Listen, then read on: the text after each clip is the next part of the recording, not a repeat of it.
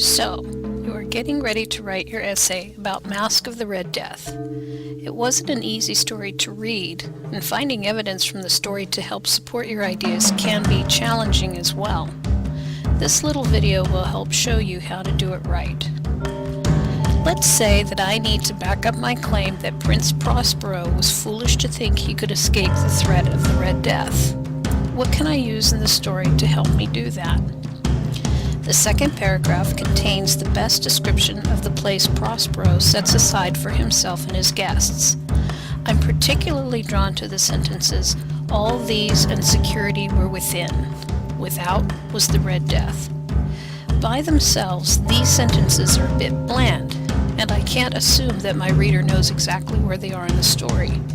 Therefore, I must set up what happens in the story without copying any of the second paragraph.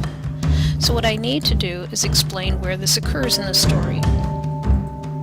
When Prospero sees that his dominions were half populated, he assembles over 1,000 knights, dames, courtiers, and entertainers within a castellated abbey, complete with thick walls and gates of iron.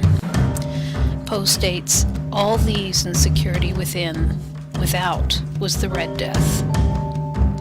Notice how I have used a few bits and pieces of narration to help me set up the final quote. Now I need to explain how Prospero shows his foolishness. Prospero surrounds himself with 1,000 people inside the walls of his fortress. Within such a great number, he cannot honestly believe that the Red Death is not hidden within them. He is also foolish to believe that thick walls and iron gates could hold the disease at bay, since no one at the time knew how the disease was spread. Let's try one more. In paragraph 7 we read this. There were arabesque figures with unsuited limbs and appointments. There were delirious fancies such as the madman fashions. There was much of the beautiful, much of the wanton, much of the bizarre, something of the terrible, and not a little of that which might have excited disgust. This whole segment sounds like this guy is totally off his rocker, right? So, take these steps one at a time. 1. Describe what is going on in the story right before the passage. The narrator describes how extravagantly detailed each one of the 7 rooms are decorated. 2. Insert the quote or bits of it so that it fits the grammar construction of the sentence. With arabesque figures, with unsuited limbs and appointments, there were delirious fancies such as the madman fashions. There was much of the beautiful, much of the wanton, much of the bizarre, something of the terrible, and not a little of that which might have excited disgust.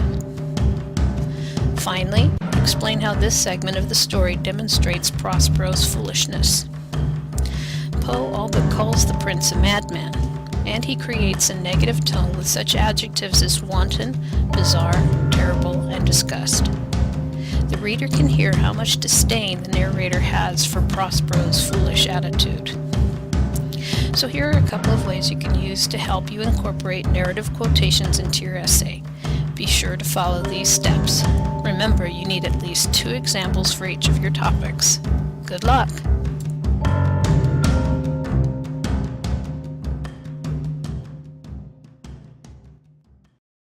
Created using Powtoon.